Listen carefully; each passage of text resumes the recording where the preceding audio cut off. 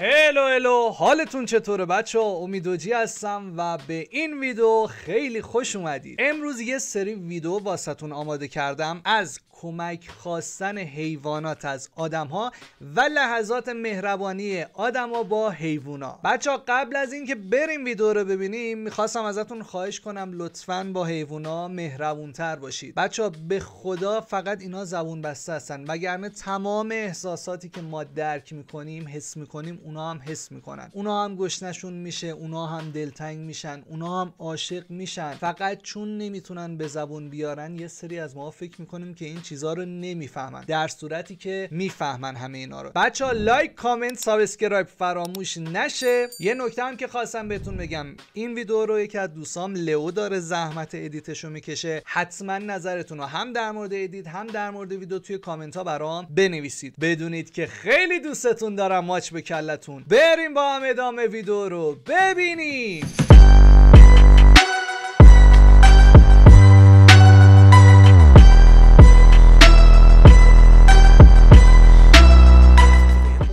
Are endangered around the world, and all they can do is call out for help and hope for the best. Fortunately, many of them are lucky enough to be heard before it's too late. Today, we're showing you 40 animals that ask people for help and the kind souls that make us feel proud to be human. This python was so hungry that it was willing to eat anything, but no one was expecting to find چی خورده؟ a 1 meter long towel. حوله هست پشما. Veterinarians were able to help the reptile. وای، از نجات دادن یه حیوان چه ذوقی کردن. اگه اینا انسان هستن پس من نمیدونم اسم یه سریا رو چی باید بذارم. It's unclear how long this mother bear had been guarding a dumpster in the middle of a deserted چی road. کار داره One میکنه؟ thing is for sure, without these brave people, her 3 offspring never would have made it out of there alive. وای اون خرس مادر بچهاش اینجا گیر کرده بودن، گذاشت نرده اونو که بتونن An بیان unfortunate بیرون. fox couldn't find its way out of an ice-cold canal for آخه. several days. Having lost all hope, it could only hope that humans would pass by. چه And التماسی they داره came to the میکنه. rescue. با اینکه کلام نداره ولی از صداش Some goats got التماس tangled up in معلومه. ropes while on a walk, and one of them began to suffocate. She had already stopped breathing by the time her owner noticed, but he didn't give up and literally وای breathed داشته life خفه back می into شده، her. زنده شد. وای This بدبخت. wolf was injured and couldn't get out of an icy river. The animal was already stiff by the time rescuers got گرگ there, but حسا. they urgently had to resuscitate it like they would a human. وای. And they did the impossible. No one would have heard دمتون the گرم. cries of this baby camel in the middle of the desert.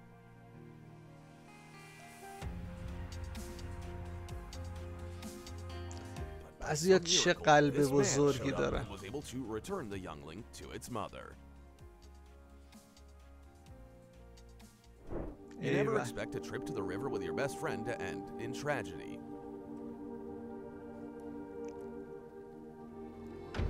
چی شد؟ وای چی شد؟ But وای this man was prepared to fight to the end to save his dog's life.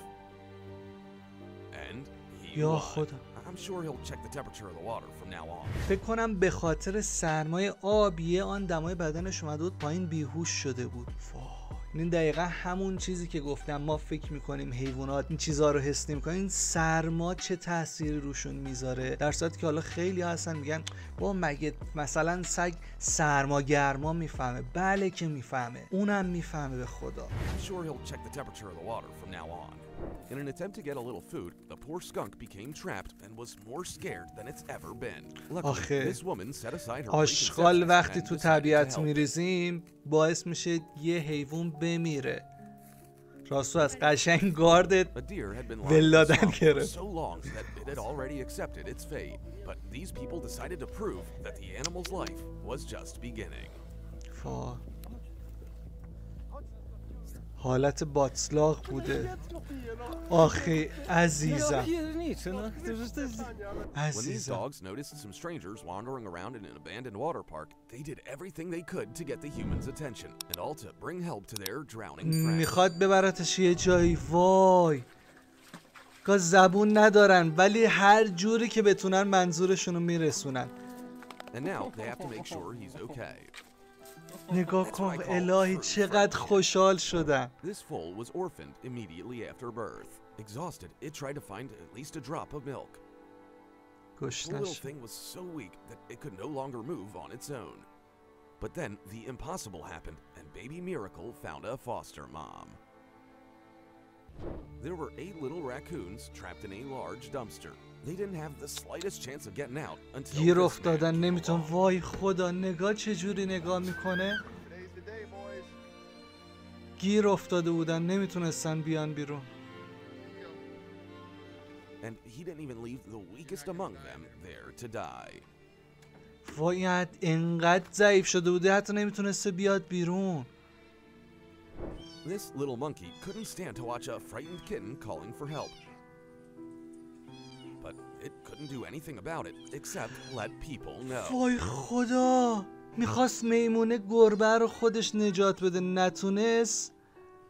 رفت کمک آورد. داره تمیزش میکنه.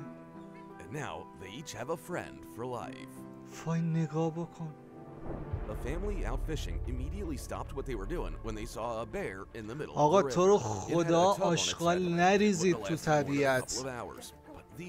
به همین راحتی میتونه بکشه یه موجود زنده رو.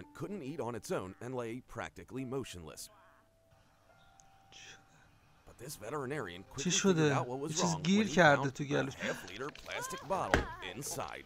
بازم آشغال، بازم زباله. Two deer fought so hard to establish who was the alpha male that their antlers got locked and they fell right into a cold river. گیر کردن جفتشون. They had no choice but to accept help from this man and never speak. حالا من نمیدونم این کار درسته که شاخشون رو قطع بکنیم نه ولی دارم مجبور بوده. صدای گربه از اون بالا میاد. نمیتونسته بیاد پایین. واقعا چقدر بعضی از آدما مهربونن.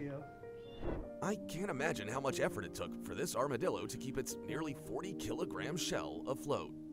But no amount of effort would have helped it swim to shore if this guy hadn't passed by. A young raccoon got spooked by some fireworks and tried to find a place to hide, but ended up tangled in a net. Rescuers had to set it free under the close supervision of its mother, who was highly suspicious of humans. They didn't disappoint.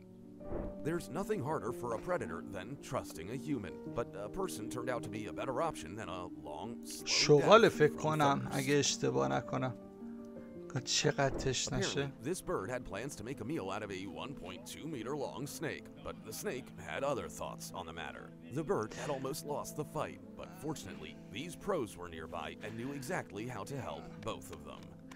بچه‌ها یه توضیح در مورد این ویدیو بدم. کمک کردن به حیوونا خیلی خوبه ولی یه سری چیزا وجود داره به اسم چرخه طبیعت. مار میاد شکار میکنه، غذا میخوره و یه اکوسیستم این وسط به وجود میاد. این خیلی‌ها اعتقاد دارن، حالا چیزی که من مطالعه کردم نمیگم درسته نمیگم غلطه، خیلی‌ها اعتقاد دارن نباید شکار از دست شکارچی نجات داد چون چرخه طبیعت به هم میخوره. ولی خب قطعاً صحنه قشنگی نیست و آدم دلش میخواد کمک کنه به کسی که به موجودی که میخواد کشته بشه یا شکار بشه. بچه‌ها ویدیو بعدی احتیاج به یکم توضیح داره. یه حیوانی از حالا نمیدونم دقیقاً این حیوان چیه ولی ظاهراً مادرش از دست داده و اگه تنها بمونه کشته میشه و تو این ویدیو داره میگه که داره دنبال آدما میدوه، ازشون میخواد که کمکش کنن ببرنش که نذاره بمیره. بجر بیبی بجر نمیدونم یعنی چی، چه حیوانی میشه. Miraculously, it chose the right humans, and now it has a new home and even a friend. چه بامزه‌ام است. I can't imagine how a fox ended up under such a huge rock.